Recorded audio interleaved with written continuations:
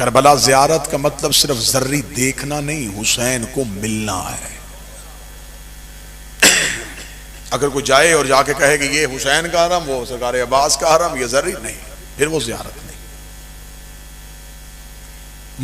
10 मुहर्रम 61 हिजरी Karbala में shimmer भी हुसैन को देख रहा था, लेकिन जैसे हुर ने देखा,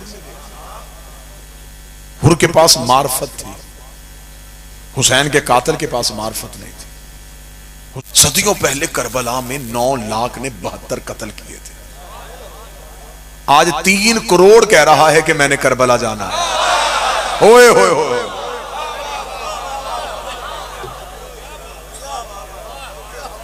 ये सदा तशरीफ फरमा है। मेरी दुआ है कि मेरा मालिक किसी भी साइल को रुके ना, जिसे हुसैन ने बुला लिया वो जरूर जाएगा।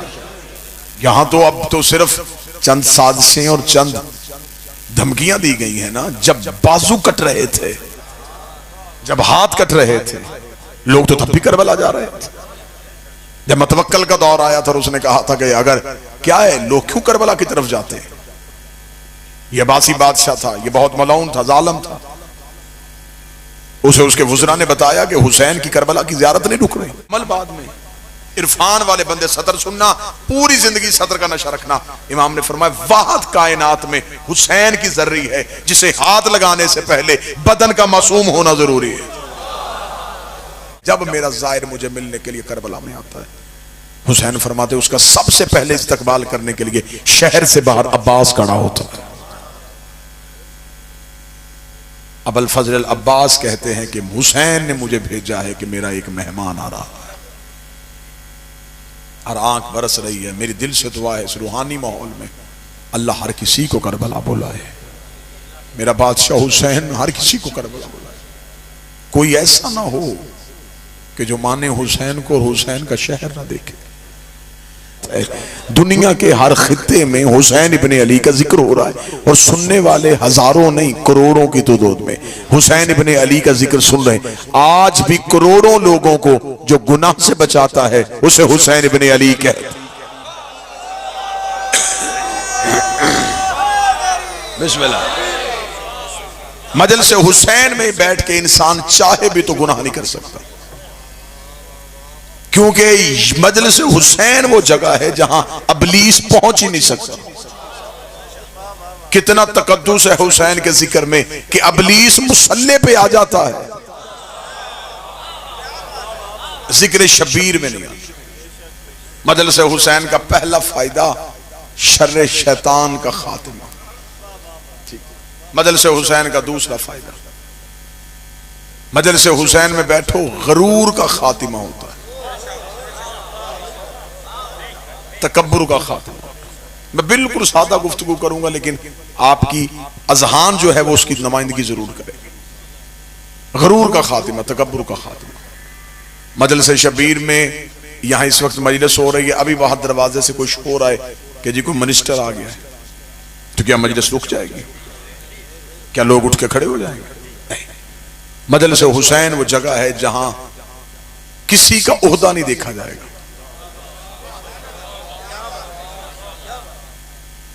ये हम जब मिंबर पे बैठ के हम बड़ी से बड़ी बात कर देते हैं, वो क्यों करते हैं? इसलिए कि जिस कुर्सी पे हम बैठते हैं इससे ऊंची कुर्सी है ही कोई नहीं। मिंबर हुसैन इब्ने अली से ऊंचा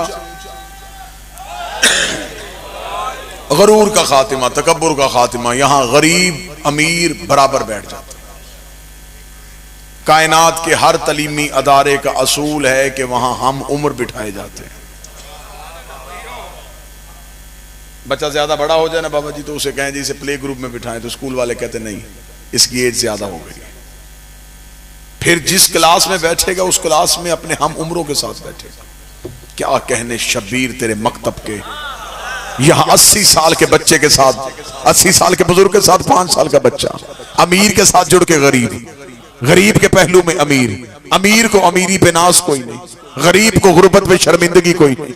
पढ़े लिखे को इल्म पे तकब्बुर कोई नहीं, जाहिल को अपनी जहालत पे पिशेमानी कोई नहीं, क्योंकि ये कायनात का वह दरवाजा है, यहाँ ना ओहदा बताया जा सकता है, यहाँ ना दुनिया का मंजरत बताई जा सकती है, इसलिए कि ये कायनात का वह दरवाजा है। इस दरवाजे पे एक बहुत बड़ा ओहदेदार आया था, उसने दरवाजे पे दस्तक दी थी, अंदर से पूछा गया था कौन है, तो उसने ये नहीं कहा था मैं सैयदुल मलाइका हूं, उसने ये नहीं कहा था मैं अफजलुल मलाइका हूं, उसने कहा था अना खयातुल हसनैन, मैं हसनैन का दर्जी हूं। फिजा ने कहा मुझे खबर है तू जबरील है, जबरील बन के तारुफ क्यों नहीं करवाया? उसने कहा फिजा तुझे नहीं पता ये वहां दरवाजा है, यहां ओहदे नहीं बताए जाते, नौकरियां सुनाई जाती।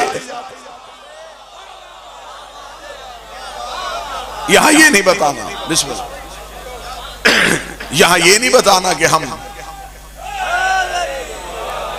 कौन है, यहां ये बताना है कि ये क्या कहते हैं, क्या कहने हुसैन तेरे इख्तियार के। 9 लाख ने समझा था कि शायद कत्ल हो गया हुसैन, ऐसी जंग जीता हुसैन, पूरी कायनात में किसी के इतने घर नहीं।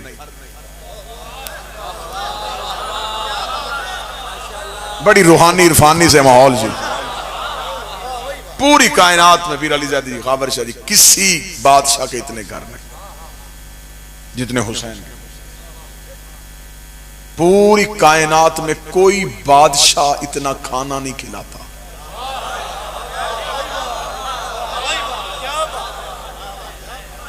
जितना हुसैन इब्ने अली खिलाता। हर मजहब में अपने मजहब के पेशवा को खुश करने के लिए दस्तरखान बछाए जाते हैं। ईसाइयों के चर्च में भी खाना बंटता है, मुसलमान को जाने की इजाजत नहीं। 27वीं की शब या रमजान के दिन मुसलमान भी रोजा अफ्तार करते हैं, ईसाई को आने की इजाजत है। हिंदू भी अपने धर्म के तहत प्रसाद तकसीम करते हैं, मुसलमान को आने की इजाजत है। क्या कहने हुसैन तेरे बांटने के। हुसैन बांटता है, कोई शर्त नहीं है, शिया खाए, सुन्नी खाए, हिंदू खाए, ईसाई खाए। फिर मुझे गुजरात ये जुमला कहने की इजाजत है, पूरी कायनात में इस तरह रिस्क या खुदा देता है या फिर हुसैन या खुदा देता है।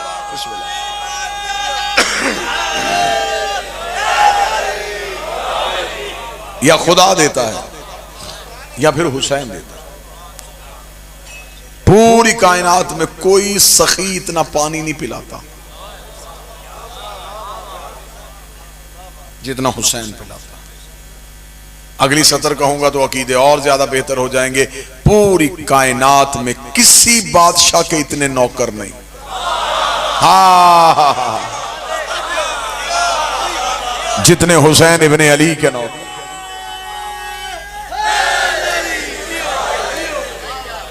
क्या है हुसैन? हुसैन एक शख्स नहीं, हुसैन एक नजरिया है, हुसैन एक फिक्र है, हुसैन एक मकतब है, हुसैन एक अदारा है, हुसैन एक यूनिवर्सिटी है, हुसैन अरूज इंसानियत है, हुसैन मेराज बंदगी है। हुसैन इतनी बड़ी ऊंचाई है कि पूरी कायनात में इतने लोग यजीद के नाम पे जीने को तैयार नहीं जितने हुसैन के नाम पे मरने को तैयार।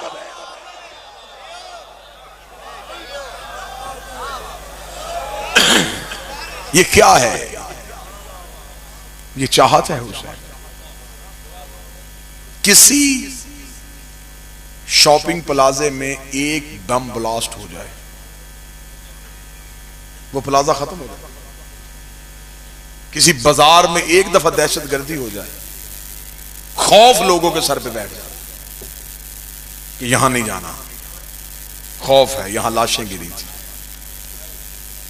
सदियों पहले करबला में 9 लाख ने 72 कत्ल किए थे।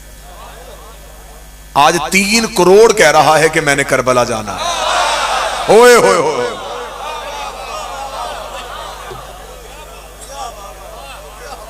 ये सदात तशरीफ फरमा है। मेरी दुआ है कि मेरा मालिक किसी भी साइल को रुके ना, जिसे हुसैन ने बुला लिया वो जरूर जाएगा। यहां तो अब तो सिर्फ चंद साजिशें और चंद धमकियां दी गई हैं ना। जब बाजू कट रहे थे, जब हाथ कट रहे थे, लोग तो तब भी करबला जा रहे थे। जब मतवक्कल का दौर आया था और उसने कहा था कि अगर क्या है, लोग क्यों करबला की तरफ जाते हैं? यह अब्बासी बादशाह था, यह बहुत मलऊन था, जालिम था। उसे उसके वुज़रा ने बताया कि हुसैन की करबला की ज़ियारत नहीं रुक रही। इसने कहा क्यों नहीं रुक रही? उसने कहा जी हुसैन की आशिकी पड़े। इसने कहा इतना टैक्स लगा दो कि कोई हुसैन की ज़ियारत के लिए जाए ना। मैं सत्र में सैयद आपके लिए पढ़ने लगा हूं, अंदर से यूं तमन्ना तड़पेगी। जब उसने बहुत ज्यादा टैक्स लगा दिया और ऐलान हो गया कि अब जो करबला जाना चाहेगा इतना टैक्स देगा तो करबला जाएगा। अगले दिन मतवक्कल की मौत हो गई जब उसने देखा कि उसके शहर की सबसे गरीब औरत सबसे पहले आ गई। शहर की सबसे गरीब औरत सबसे पहले आई और उसने आगे जो जुमला कहा वो जुमला तुम्हारे अकीदों के लिए। उसने मतवक्कल के दरबार में आके कहा मैंने सुना है कि ज़ियारत सस्ती हो गई है।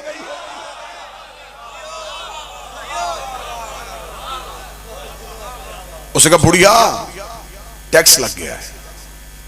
उसने यूं ही जल्दी से चादर का पल्लू खोला, खोल के यूं दिनार निकाले, ये पकड़ जाऊं। यूं गिरते हुए दिनार देके मतवक्कल ने कहा तू तो बहुत ज़ईफा गरीब है, तेरा तो कमाने वाला भी कोई नहीं, कहां से लेके आई है? उसने कहा जिसने बुलाया है उसने दिए। आया रात कह के सोई थी हुसैन तेरी ज़ियारत के लिए आना है। ख्वाब में आके उसने कहा चादर उठा।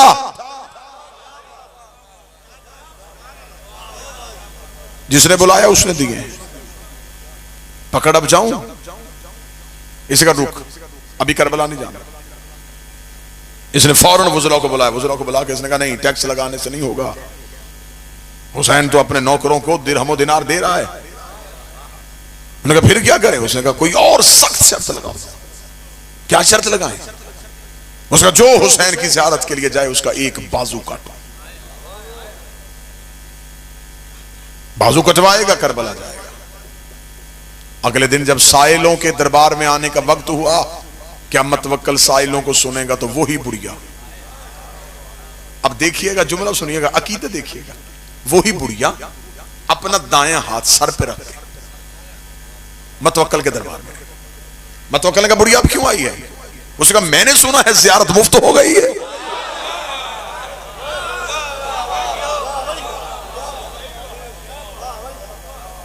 बाजू कटवा रहा है ना, कटवाने आए। उसने कहा मैंने काटना है, तूने सर पे क्यों रखना है? ओ क्या कहने अली वालों, हुसैन के आशिकों। बुढ़िया देखा दी अब ये मेरा नहीं हुसैन का हो गया है। जो चीज हुसैन की हो जाए वो सर पे रखी जाती है। अब ये बाजू मेरा नहीं है, ये हुसैन का है। जल्दी काट, करबला जाने दे। उसका अभी का भी असूल बदल देते हैं, फिर एक बाजू नहीं दो। बुढ़िया ने कहा दोनों काट। उसका पांव भी कटेंगे। उसने कहा दोनों काट। मतवक्कल ने कहा मैं इसी बुढ़िया को ऐसा इबरत का निशान बना दूंगा, फिर दुनिया को ज़ियारत के लिए जाने के लिए सोचेगा भी नहीं। ये बुढ़िया क्या समझती है कि मैं इसके इश्क के आगे हार जाऊंगा? इसने कहा अभी इस बुढ़िया के बाजू भी काटते हैं, इसके पांव भी काटते हैं, फिर देखते हैं ये ज़ियारत के लिए कैसे जाएगी। मतवक्कल अपने महल के बाहर मीनार पे खड़ा हो गया। बुढ़िया के बाजू कटवाए गए, बुढ़िया के पांव कटवाए गए, खुद महल के मीनार पे खड़ा मंजर देख रहा था और उसने अपने सिपाहियों से कहा धक्का दो बुढ़िया को दरबार से बाहर, अब मैं देखूंगा कटे हुए हाथों से, कटे हुए पांव से चलेगी कैसे, उठेगी कैसे, जाएगी कैसे। जो ही सिपाहियों ने लहू से भरी बुढ़िया को यूं दरबार से बाहर धक्का दिया। मतवक्कल मीनार पे देख रहा था, अभी धक्का देके अभी बुढ़िया जमीन पे गिरी नहीं, या एक घोड़े सवार आया, उसने हाथ से बुढ़िया को उठाया, अपने घोड़े के ऊपर बिठाया। बुढ़िया ने जाते जाते मतवक्कल की तरफ देखा, शुक्रिया, पहले चल के जाना था, अब वो लेने आ गए।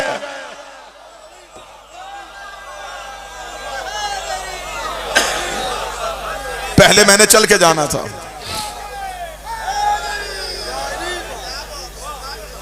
मैंने चल के जाना था, अब वो लेने के लिए आ गए। तेरा शुक्रिया, मैंने तो चलना था। तारीख गवाह है कि जब बॉर्डर सील किया गया था कि जो भी काफिला आएगा एक कत्ल करवाएगा और बाकी जाएंगे। बादशाहत की आंखें तब फट गईं जब कत्ल होने वालों की लाइन लंबी थी। ज़ियारत पे जाने वालों की लाइन थोड़ी थी। हर कोई कहे मुझे कत्ल करो, इन्हें जाने दो, मुझे कत्ल करो, इन्हें जाने, मुझे कत्ल करो, इन्हें जाने। एक दूसरे पे सबकत ले रहे थे, नहीं तू जा मुझे कत्ल होने दे, तू जा मुझे कत्ल होने दे। आखिर बादशाह ने तंग आके कत्ल होने वालों से आके पूछा, उन्होंने कहा तुम्हें जिंदगी से मोहब्बत नहीं, कत्ल हो गए इन्हें क्यों भेज रहे? उन्होंने जो जवाब दिया वो जवाब भी शिया कौम का अकीदा था। उन्होंने कहा हम इसलिए कत्ल हो रहे हैं, इन्होंने जाके हुसैन की कब्र चूमनी है, हमने कत्ल हो गए हुसैन के कदम चूमने।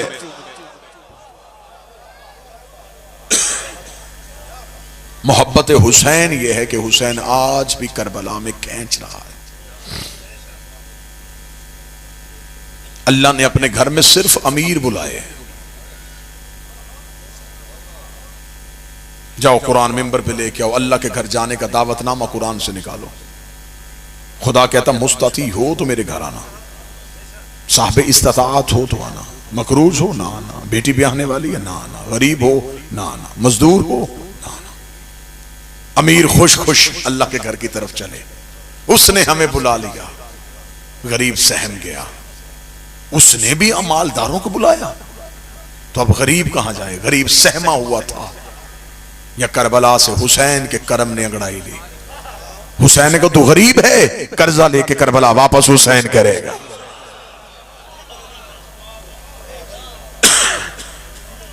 मासूम का फरमान है नमक से खाना खा लेना, करबला की ज़ियारत को तर्क ना करना। नमक से खाना खाओ, करबला जरूर जाना। इमाम ने फरमाया उधार ले लो किसी से, किसी के पांव पड़ जाओ कि मुझे इतना दे दे, मैं एक बार करबला जा सकूं।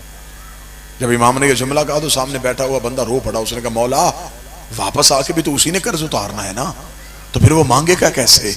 इमाम ने तड़प के कहा जो उसका कर्जा नहीं रखता वो तुम्हारा रखेगा।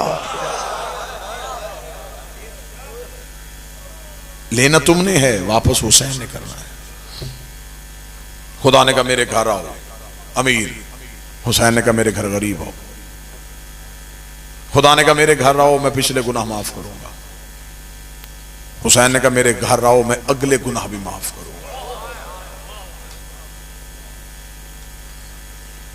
जाओ जाके उलमा के सरों पे कुरान रख के पूछो अल्लाह के घर जाओ तो खुदा ने शर्तें रखी हैं।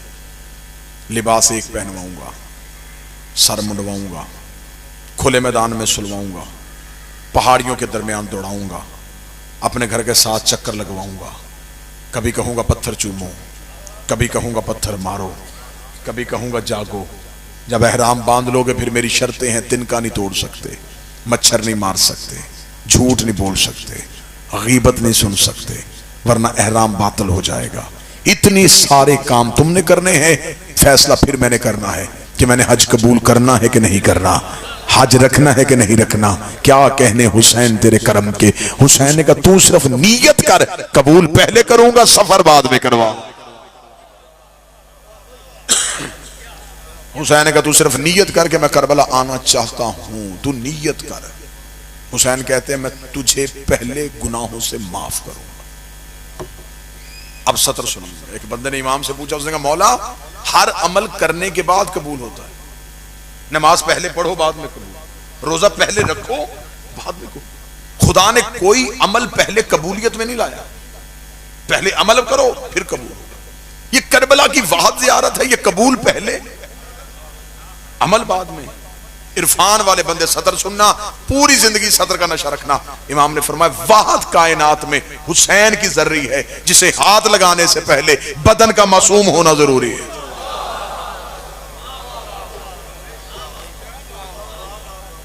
हुसैन पहले गुनाहों से धोता है, फिर अपने शहर बुलाता है।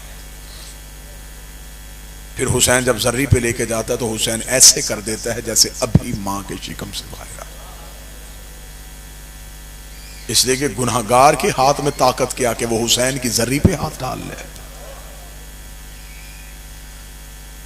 मौला हुसैन कहते कि हम पहले उसे गुनाहों से साफ कर देते। ईरान का रहने वाला शख्स था, ज़ियारात की किताबों में यह वाक़या आम मिलता है। ईरान का रहने वाला शख्स था, इतना करबला आया, इतना करबला आया कि फिर उसका करबला के बाद दिल ना लगा। ईरान से अपना सारा कुछ बेच के करबला ही आ गया। करबला शहर में सुकूनत इख्तियार कर ली और वहीं पे एक दुकान बना ली। एक दिन कुछ मेहमान मिलने के लिए आए तो उसने मेहमान दुकान पे बिठाए, मुलाजिम को उठाया, उठा के कहा कैसे कर, गोश्त ले, घर जा, सौजा को बता के मेरे साथ चंद मेहमान आएंगे, वो घर खाना खाएंगे। मुलाजिम ने गोश्त लिया और गोश्त लेके वो चला गया। शाम को जब घर पहुंचा तो घर पहुंच के उसने बीवी से पूछा खाना तैयार है? उसने कहा नहीं। क्यों? उसने कहा कहां से आज तूने गोश्त लेके भेजा? वो गोश्त तो गल ही नहीं रहा। जब इसने देखा कि बर्तन में वैसे ही गोश्त वैसे का वैसे पड़ा, वैसे ही उठाया और चल पड़ा। दुकानदार से जाके कहने लगा करबला में गलत सौदा बेच रहा है, तुझे डर नहीं लग रहा हुसैन इब्ने अली से? क्यों? उसने कहा मेरे मेहमान आए थे, तूने तौहीन करवा दी मेरी। जो गोश्त में तुझसे लेके क्या क्या किस चीज का गोश्त था? बासी था, अभी तक तो वो गोश्त पका ही नहीं। इतना कहना था, दुकानदार ने उठा दुकान से बाहर आके हुसैन के हरम की तरफ हाथ करके मेरा हुसैन जामन है, मैंने धोखा नहीं किया। जब उसने कहा ना हुसैन जामन है, चुप हो गया, वापस हुसैन की जरी पे गया, नमाज पढ़ी और नमाज पढ़ के हुसैन की जरी पे बैठ गया। आंखें बंद हो गई, ख्वाब में हुसैन इब्ने अली आए। फरमा दुकानदार से जाके माफी मांग, तूने करबला में उसके साथ लहजा सख्त रखा है, तुझे नहीं पता कि हुसैन करबला में किसी को ऊंचा बोलता बर्दाश्त नहीं करता। इसका मौला धोखा किया उसने मेरे साथ। इमाम धोखा नहीं किया। जिस मुलाजिम को तूने गोश्त दिया था वो गोश्त लेके मेरे हरम से होके गुजरा था, और जो गोश्त मेरे हरम से गुजर जाए उस पर आग असर नहीं करती। जानवर का गोश्त हुसैन के हरम से गुजर जाए तो उस पर आग हराम हो जाती है। हुसैन फरमाते जो वजूद मेरे शहर में आए उस पे आतिश जहन्नम हराम हो जाती। करबला ज़ियारत का मतलब सिर्फ जर्री देखना नहीं, हुसैन को मिलना है। अगर कोई जाए और जाके कहे कि ये हुसैन का हरम, वो सरकार अब्बास का हरम, ये जर्री नहीं, फिर वो ज़ियारत नहीं। 10 मुहर्रम 61 हिजरी करबला में शिमर भी हुसैन को देख रहा था, लेकिन जैसे हुर ने देखा, हुर के पास मार्फत थी, हुसैन के कातिल के पास मार्फत नहीं थी। हुसैन कहते मेरे शहर आओ तो फिर मार्फत के साथ आओ। किताब में जुमले ना पड़े होते तो अकील शादी बादशाह हुसैन की कसम में कभी अकील शादी मिंबर पे ना पड़ता। मौला हुसैन फरमाते हैं कि जब मेरा ज़ाहिर मुझे मिलने के लिए करबला में आता है, हुसैन फरमाते उसका सबसे पहले इस्तकबाल करने के लिए शहर से बाहर अब्बास खड़ा होता है। अबुल फजल अब्बास कहते हैं कि हुसैन ने मुझे भेजा है कि मेरा एक मेहमान आ रहा है, और आंख बरस रही है। मेरी दिल से दुआ है इस रूहानी माहौल में अल्लाह हर किसी को करबला बुलाए, मेरा बादशाह हुसैन हर किसी को करबला बुलाए। कोई ऐसा ना हो कि जो माने हुसैन को और हुसैन का शहर ना देखे। एक बार जिंदगी में करबला जरूर जाना। वाकयात इतने हैं कि मैं पढ़ता चला जाऊं, मेरी आंखों के सामने यूं वाकयात गुजरते चले जा रहे हैं, रात बीत जाए। वो जिस गुनहगार को हुसैन मौला अमीर अल मोमिनीन ने कहा था इसे मेरे शहर में दफन न होने देना, और फिर अगली रात अली ने मजावरों से कहा था वो जनाजा आ रहा है इसका इस्तकबाल करो।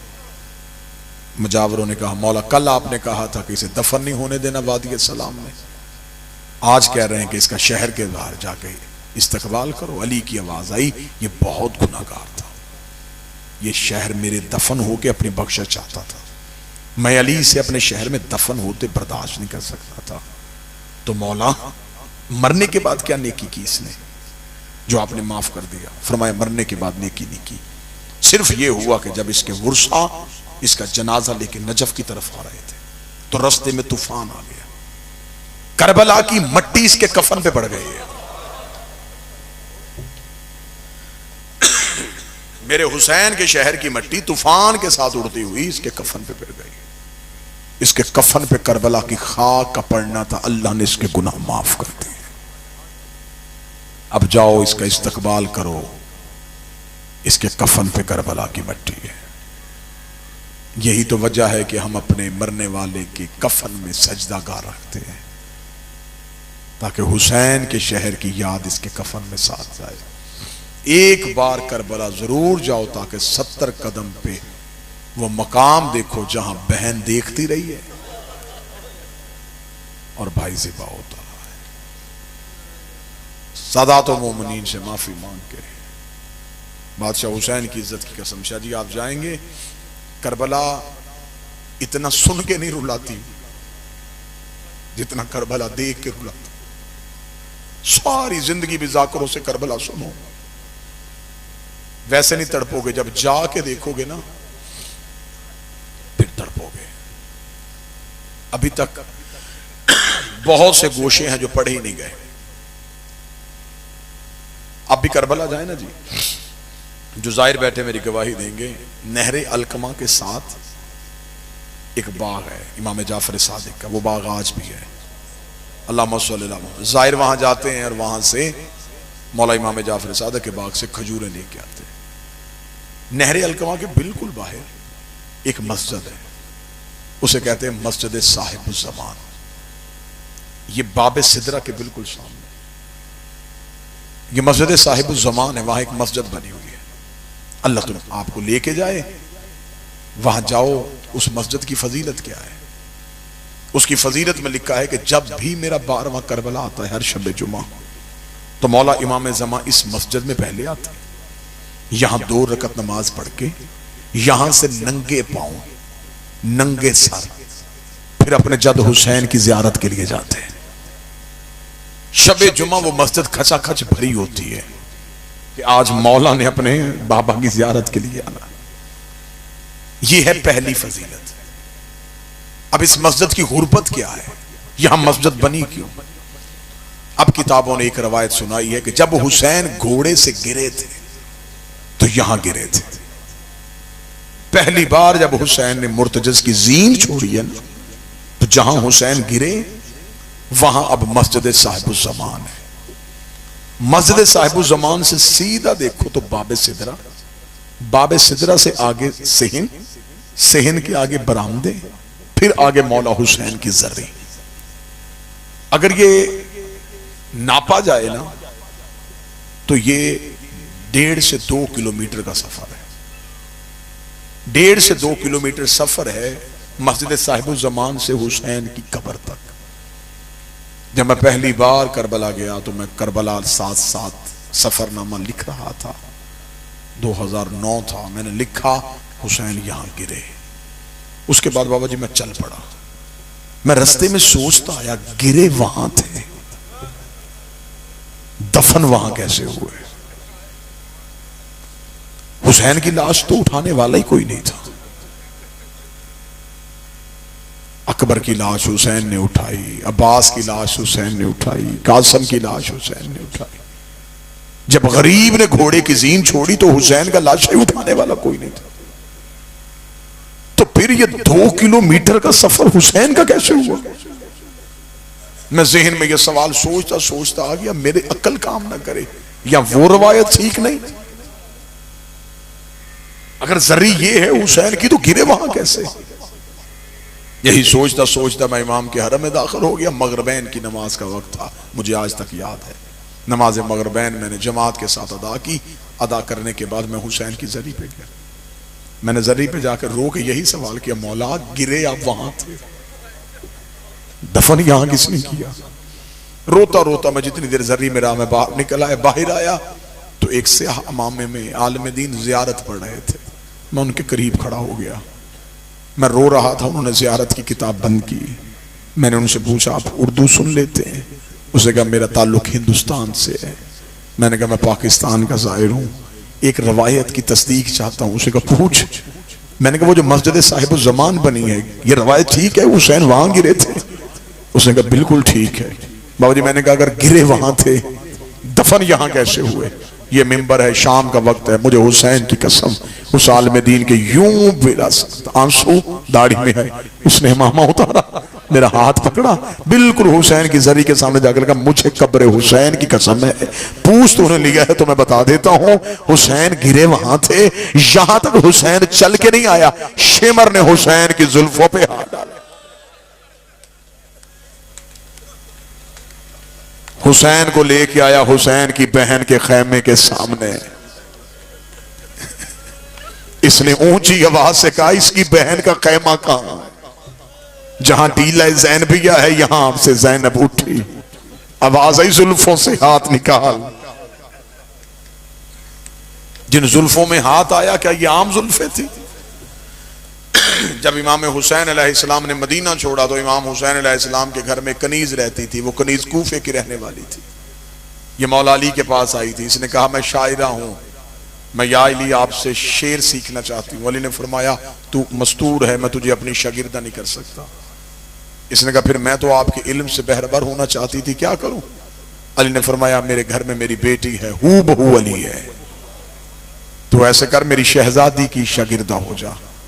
ये कूफे में बीबी की शागिर्दा रही है, फिर बीबी जब कूफे से वापस मदीने आ गई है, फिर ये कूफे में नहीं रही, ये बीबी के साथ ही आ गई है। ये मौला के घर की कनीज थी, अस्मा इसका नाम था, ये शेर लिख लेती थी। जब 28 रजब को हुसैन घोड़े की जीन पे बैठे ना, तो इसने एक शेर पढ़ा था। इसने कहा मदीने वालों दरवाजे खोल के देखो, तौहीद का वारिस घोड़े पे बैठ रहा है। इसने शेर पढ़ा हुसैन को, इसका शेर इतना अच्छा लगा, हुसैन ने अपने अमामे में से अपना एक बाल तोड़ा, तोड़ के हुसैन ने फरमाया फिजा इसे कह तेरे शेर की कीमत। जो ही हुसैन ने बाल तोड़ा तो वो कनीज दूसरा शेर पढ़ने लगी, दूसरा शेर पढ़ने लगी। ज़ैनब की आवाज फिजा इसे कह चुप हो जा, अब हुसैन ने बाल तोड़ा, ज़ैनब से बर्दाश्त नहीं होगा। जो भाई का एक बाल टूटना बर्दाश्त नहीं कर रही थी, क्योंकि यहां पे कभी ये अलम की बरामदगी है। मैं 4 सतरे पढ़ूंगा बादशाह अब्बास की इज्जत पे। सैयदों का मान था गाजी,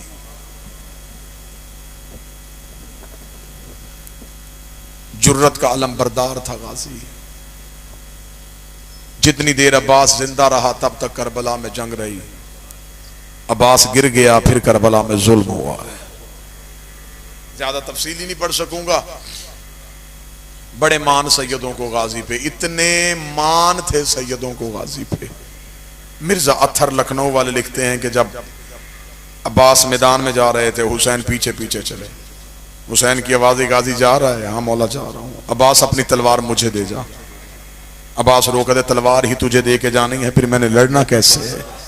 हुसैन ने रोक के कहा लड़ने के लिए नहीं भेज रहा, पानी लेने के लिए भेज रहा हूँ, गाजी तलवार दे। जब कहा गाजी तलवार दे, अब्बास ने देख के कहा मौला तलवार मुझे मेरे हाथ में रहने दे, ये मैं वादा करता हूं मैं लड़ूंगा नहीं। इतना कहना था, हुसैन ने तलवार हाथों पे ली, हाथों में लेकर गाजी तलवार लेके जाना चाहता, ये पकड़ तलवार, इन्हें जितना मारना मार, जितना दौड़ाना दौड़ा, लेकिन मैं इमाम बन के तुझे बता रहा हूं जितने जख्म तूने शामियों को लगाने हैं बदले मेरी ज़ैनब ने देने हैं, बदले मेरी सकीना ने देने हैं। अब्बास तूने इन्हें दौड़ाना है, इन्होंने ऊंटों के आगे कभी सकीना, कभी घोड़ों के आगे सकीना। अब्बास ने तलवार रेत पे फेंकी, रोकेगा मुझे पहले क्यों नहीं बताया, बदले तेरी बहनों ने दे।